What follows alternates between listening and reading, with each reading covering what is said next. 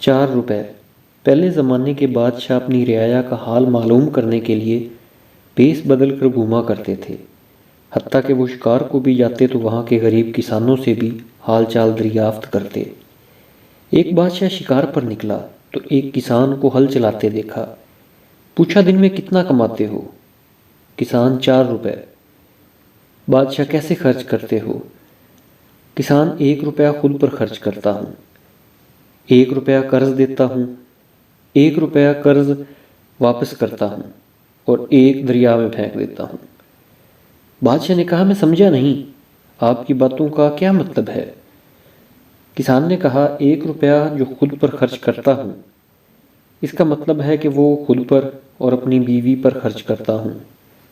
1 روپیہ جو قرض دیتا ہوں وہ اپنی اولاد کے لیے خرچ کرتا ہوں، اور 1 روپیہ جو قرض واپس کرتا ہوں وہ اپنے بوڑھے ماں باپ پر خرچ کرتا ہوں، جو انہوں نے مجھے بچپن میں شفقت سے پالا اور پرورش کر کے نوجوان کیا۔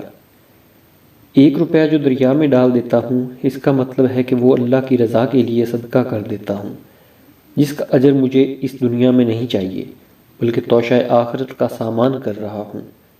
بادشاہ نے جب سنا تو زارو قطار رونے لگا اور کسان کی عاقبت و اندیشی پر حیران رہ گیا اور کہا کہ اے نیک بخت، تم تو اس دنیا کے کامیاب تاجر ہو، ایسی تجارت کے سامنے سب کچھ ہیچ ہے۔